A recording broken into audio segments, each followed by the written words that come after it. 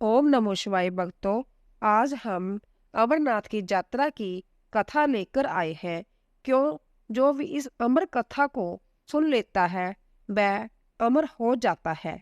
पुराणों में स्मरण है कि एक बार माँ पार्वती ने बड़ी उत्सुकता के साथ बाबा श्री विश्वनाथ देवादिदेव महादेव से यह प्रश्न किया कि ऐसा क्यों होता है कि आप अजर अमर है और मुझे हर जन्म के बाद नए स्वरूप में आकर फिर से 100 वर्षों की कठोर तपस्या के बाद आपको प्राप्त करना होता है।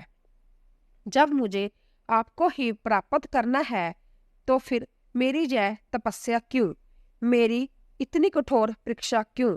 और आपके कंठ में बड़ी यह परमुंड माता तथा आपके अमर होने का कारण वह रहस्य क्या है? महाकाल ने पहले तो माता को यह गुड़ रहस्य बताना उचित नहीं समझा, परंतु माता की स्त्री हट के आगे उनकी एक न चली।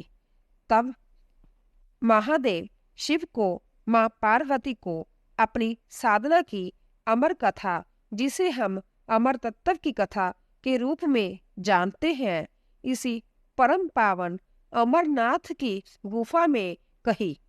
भगवान शंकर ने माँ पार्वती से एकांत व गुप्त स्थान पर अमर कथा सुनने को कहा, जिससे कि अमर कथा को कोई भी जीव, व्यक्ति और जहाँ तक कोई पशु पक्षी ना सुन ले, क्योंकि जो कोई भी इस अमर कथा को सुन लेता वह अमर हो जाता।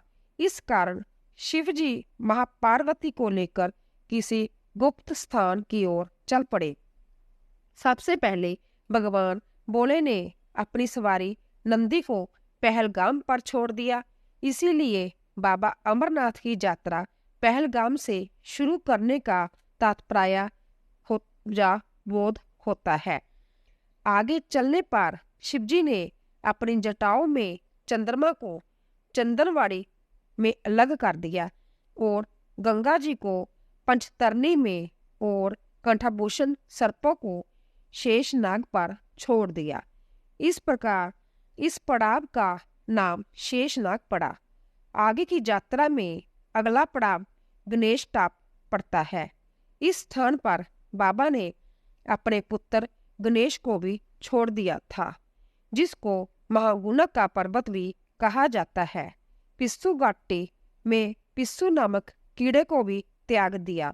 इस प्रकार महादेव ने अपने पीछे जीवनदायिनी पांचों तत्वों को भी अपने से अलग कर दिया। इसके साथ माँ पार्वती संग एक गुप्त गुफा में प्रवेश कर गई। कोई व्यक्ति, पशु या पक्षी गुफा के अंदर प्रवेश कर अमर कथा को न सुने। इसीलिए शिवजी ने अपने चमत्कार से गुफा के चारों ओर आग प्रज्वलित कर दी। फिर शिव जी ने जीवन की अमर कथा माँ पार्वती को सुनाना शुरू किया। कथा सुनते सुनते देवी पार्वती को नींद आ गई और वह सो गई, जिसका शिवजी को पता नहीं चला। भगवान शिव अमर होने की कथा सुनाते रहे। इस समय 2 सफेद कबूतर श्री शिवजी से कथा सुन रहे थे और बीच बीच में गूं गूं की आवाज निकल रहे थे। शिवजी को लग रहा था कि माँ पार्वती कथा सुन रही है और बीच बीच में हुंकार बर रही है। इस तरह दोनों कबूतरों ने अमर होने की पूरी कथा सुन ली। कथा समाप्त होने पर शिव का ध्यान पार्वती माँ की ओर गया, जो सो रही थी। शिव जी ने सोचा कि अगर पार्वती सो रही है तब इसे सुन कौन रहा था। तब महादेव की दृष्टि कबूतरों पर पड़ी। महादेव शिव कबूतरों पर क्रोधित हुए और उन्हें मारने के लिए तत्पर हुए। इस पर कबूतरों ने शिवजी से कहा कि हे प्रभु, हमने आपसे अमर होने की कथा सुनी है। यदि आप हमें मार देंगे तो अमर होने की यह कथा झूठी हो जाएगी। इस प्रकार शिवजी ने कबूतरों को जीवित छोड़ दिया और उन्हें आशीर्वाद दिया कि तुम सदैव इस स्थान पर शिव पार्वती के प्रतीक चिन्ह के रूप में निवास करोगे। अंत्य यह कबूतर का जोड़ा अजय अमर हो गया। माना जाता है कि आज भी इन दोनों कबूतरों का दर्शन भक्तों को जहाँ प्राप्त होता है। इस तरह से यह गुफा अमर कथा की साक्षी हो गई।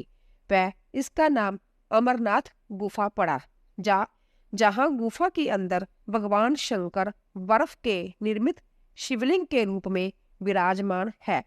पवित्र गुफा में मां पार्वती के अलावा गणेश के भी अलग से बर्फ से निर्मित प्रतिरूपों के दर्शन किए जा सकते हैं।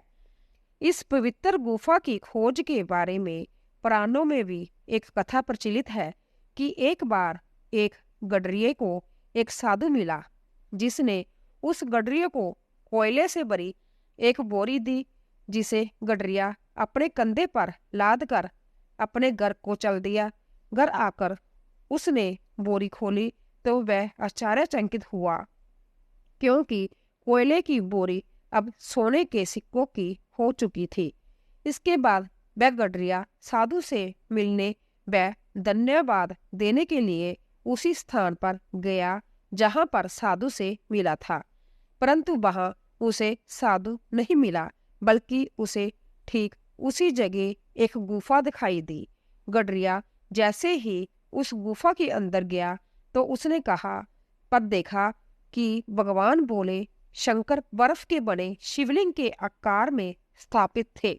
उसने वापस आकर सबको यह कहानी बताई और इस तरह भोले बाबा की पवित्र अमरनाथ गुफा की खोज हुई। धीरे धीरे करते दूर दूर से भी लोग पवित्र गुफा एवं बाबा के दर्शन के लिए पहुंचने लगे, जो आज एक प्रतिवर्ष यात्रा के रूप में किया जाता है। बोले शंकर की जय।